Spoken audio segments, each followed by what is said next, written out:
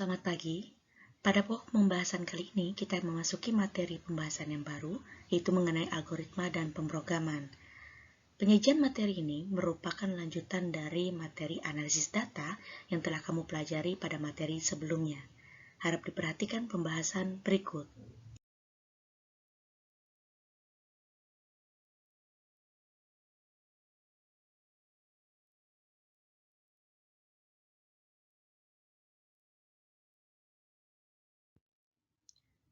Perkembangan teknologi informasi dan komputer pada abad milenial kali ini sangat tidak terpisahkan bagi sekeliling kita. Biasanya yang paling sering kita lihat itu adalah perangkat lunak seperti software aplikasi yang ada di sekeliling kita.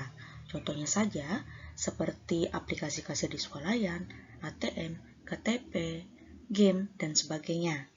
Nah, biasanya aplikasi-aplikasi ini dibuat oleh perusahaan perangkat lunak, di mana seseorang programmer yang mampu membuat perangkat lunak ini, dia harus mempunyai kemampuan yang kuat dalam algoritma dan pemrograman. Berikut kita bahas mengenai algoritma terlebih dahulu. Definisinya, algoritma itu adalah susunan logis dan sistematis yang digunakan untuk memecahkan atau menyelesaikan suatu masalah. Namanya susunan berarti dia terdiri atas beberapa bagian yang terstruktur. Dalam permasalahan tertentu, yang artinya kita dapat menerapkan suatu software ini untuk membantu pekerjaan manusia atau meringankan pekerjaan manusia dalam beberapa hal. Awalnya istilah algoritma ini mengacu pada perhitungan yang dilakukan melalui seperangkat aturan pada angka yang ditulis dalam bentuk desimal. Kata algoritma sendiri itu berasal dari Khwarizmi, nama belakang dari seorang ilmuwan bernama Abu Ja'far Muhammad Ibnu Musa al-Khwarizmi. Ia seorang ahli matematika dari Uzbekistan yang menciptakan seperangkat aturan untuk melakukan 4 dasar operasi hitung aritmatika pada bilangan desimal. Operasi tersebut meliputi yaitu ada penjumlahan, pengurangan, perkalian, dan pembagian. Dalam beberapa konteks, algoritma dapat diartikan sebagai urutan langkah-langkah yang spesifik atau tertentu untuk melakukan suatu pekerjaan. Logis maksudnya sesuai tujuan, yaitu untuk menyelesaikan masalah. Dalam algoritma sendiri, setiap langkah dapat ditentukan nilai kebenaran atau tidak bermakna ganda atau ambigu. Kriteria algoritma yaitu dia harus tepat dan benar, logis, terstruktur, dan sistematis. Semua operasi terdefinisi atau defined. Semua proses harus berakhir setelah semua langkah dilakukan atau finite, menggunakan bahasa standar, sederhana, dan efisien.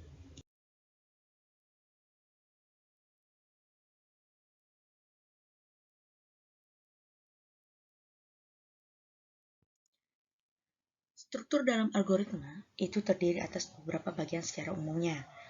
Kadang yang sering kita temui itu ada yang pertama ada seperti nama atau judul algoritma. Ini merupakan gambaran secara singkat mengenai tujuan dari pembuatan algoritma pemrograman. Kemudian ada bagian deklarasi.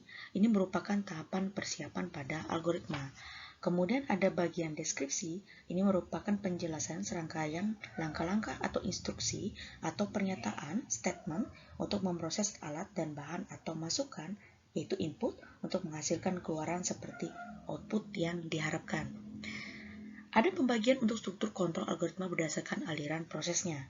Yang pertama itu adalah struktur kontrol sekuensial. Ini merupakan barisan proses atau langkah-langkah yang dilakukan secara beruntun dari awal sampai akhir. Jadi setiap baris dikerjakan satu persatu tanpa ada loncatan atau perulangan dan dilakukan sekali dalam setiap instruksi. Algoritma ini menghitung volume ataupun luas dalam suatu permasalahan pada bangun datar ataupun bangun ruang. Yang kedua, itu adalah struktur kontrol percabangan.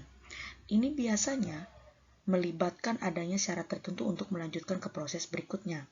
Misalkan dalam algoritma tertentu, itu ditentukan suatu status. Nah, berdasarkan dari status tersebut, maka akan dicari hasil akhirnya.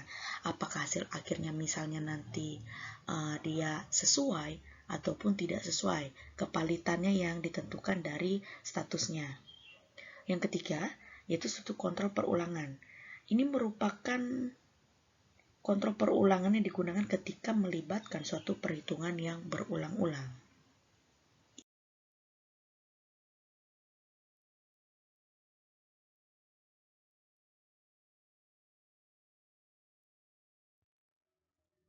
Penyajian algoritma itu terdiri atas 3 bagian. Yang pertama yaitu bahasa natural, yang kedua pseudocode, dan yang ketiga adalah flowchart. Yang pertama, untuk bahasa natural, ini adalah bahasa sehari-hari yang biasanya menggunakan kalimat deskriptif atau penjabarannya, yaitu menjelaskan secara detail suatu algoritma dengan bahasa atau kata-kata yang mudah dipahami. Nah, penyajian algoritma ini cocok untuk algoritma yang singkat tetapi sulit untuk algoritma yang besar, sehingga algoritma ini akan sulit dikonversi ke dalam bahasa pemrograman. Yang kedua, yaitu pseudocode. Sesuai dengan namanya, pseudocode artinya kode bayangan, yaitu bahasa yang mendekati kode pemrograman yang sesungguhnya. Dalam bahasa pemrograman, aturan penulis kode harus benar-benar sesuai. Jika terjadi kesalahan sedikit saja, maka akan menyebabkan error atau program tidak bisa dijalankan. Biasa ada beberapa kata kunci dalam pseudocode, seperti ada const, var, and, for to do, dan sebagainya. Nah, untuk contoh-contoh ini tidak mesti menggunakan kata-kata kunci ini, jadi akan menyesuaikan dengan tipe pemrograman apa yang akan diterapkan. Yang ketiga itu adalah flowchart. Flowchart ini terdiri atas dari beberapa macam bentuk simbol yang mewakili langkah proses tertentu. Biasanya ini berbentuk seperti diagram. Nah, contohnya saja ada simbol yang namanya disebut titik terminal, arah alir, persiapan, dan sebagainya.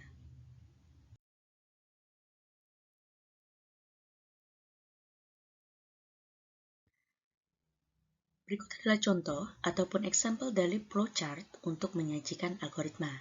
Yang di sebelah kiri bisa kalian lihat itu adalah contoh untuk penyajian algoritma pseudocode.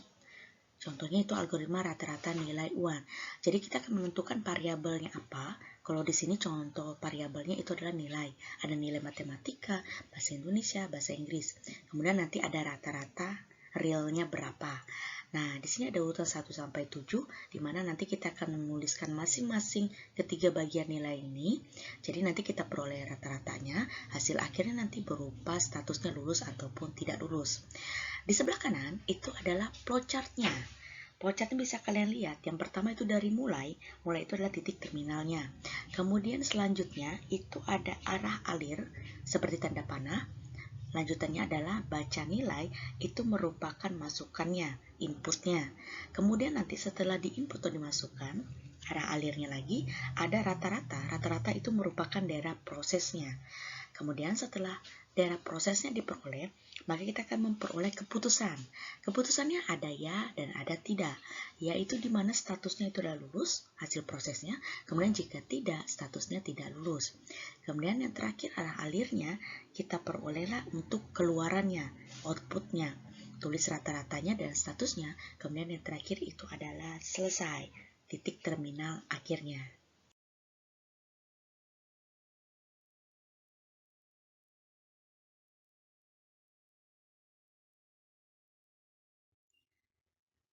Kita masuk bagian B, yaitu mengenai bahasa pemrograman. Bahasa pemrograman, seperti pada contoh sebelumnya, jika kita ingin membuat suatu perangkat lunak atau software aplikasi, digunakan suatu bahasa pemrograman tingkat tinggi. Nah, contohnya saja bahasa pemrograman tingkat tinggi itu seperti Pascal, C, Basic, DBase, ataupun yang lainnya. Dalam bahasa pemrograman, ini merupakan bahasa pemrograman yang biasanya dapat kita pelajari, yaitu yang paling dasarnya terlebih dahulu, yaitu mengenai software aplikasi bahasa pemrograman C. Bahasa pemrograman C ini termasuk bahasa pemrograman prosedural. Bahasa pemrograman C ini dapat dilakukan dengan memberikan serangkaian perintah yang berurutan. Pemrograman prosedural juga disebut dengan pemrograman terstruktur. Jadi untuk yang pemrograman prosedural atau sama dengan pemrograman terstruktur, ini merupakan proses untuk mengimplementasikan urutan langkah penyelesaian masalah dalam bentuk program.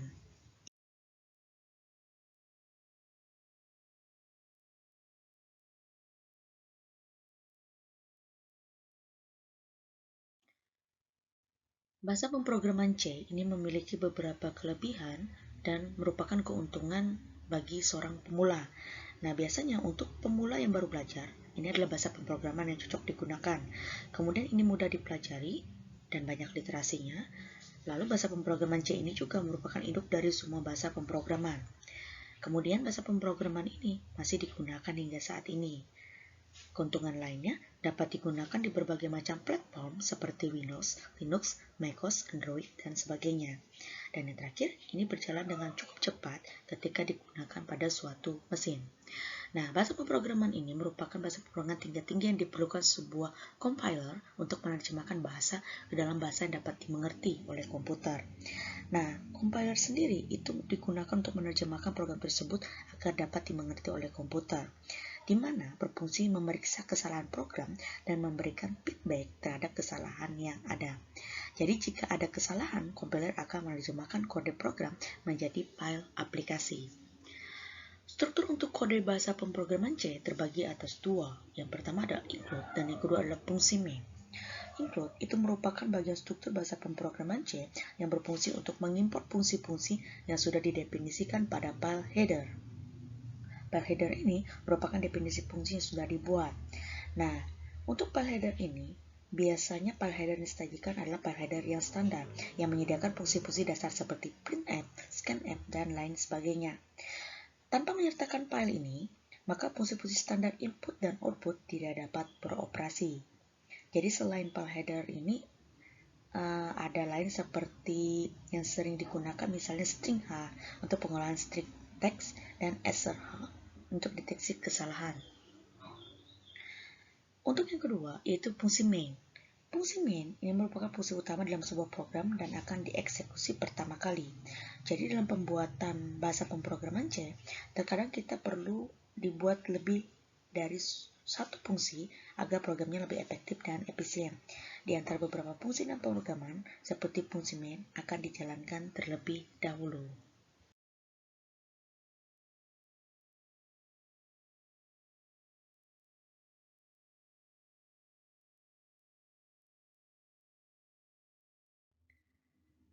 Komponen lain pada bahasa pemrograman C itu adalah seperti adanya konstanta, variabel, dan tipe data. Konstanta itu merupakan sebuah identifier yang diberikan nilai tetap pada permulaan program. Jadi konstanta ini mempunyai nilai yang tetap dan tidak dapat diubah lagi. Yang kedua, itu adalah variabel. Variabel itu merupakan sebuah nama atau simbol yang menyimpan suatu nilai. Jadi berbeda dengan konstanta, nilai variabel dapat berubah-ubah. Nah, jadi nilai dari variabel diperoleh berdasarkan masukan input dari pengguna. Yang ketiga, yaitu tipe data. Tipe data ini merupakan pengelompokan data untuk memberitahu compiler atau interpreter bagi programmer yang ingin mengolah data tersebut. Nah, sesuai namanya, tipe data dasar dalam pemrograman C ini terdiri atas ada yang pertama char. Char adalah tipe data yang berisi satu huruf atau satu karakter. Kemudian yang kedua int. Ini adalah tipe data yang berupa angka atau bilangan bulat, integer. Yang ketiga float. Float adalah tipe data yang berupa bilangan pecahan. Dan yang keempat itu adalah double, adalah tipe data yang sama seperti float, tetapi double memiliki ukuran penyimpanan yang lebih besar. Demikian untuk pembahasan materi kali ini. Yang selanjutnya akan disampaikan lanjutan mengenai materi algoritma dan pemrograman. Terima kasih, sampai bertemu pada pertemuan selanjutnya.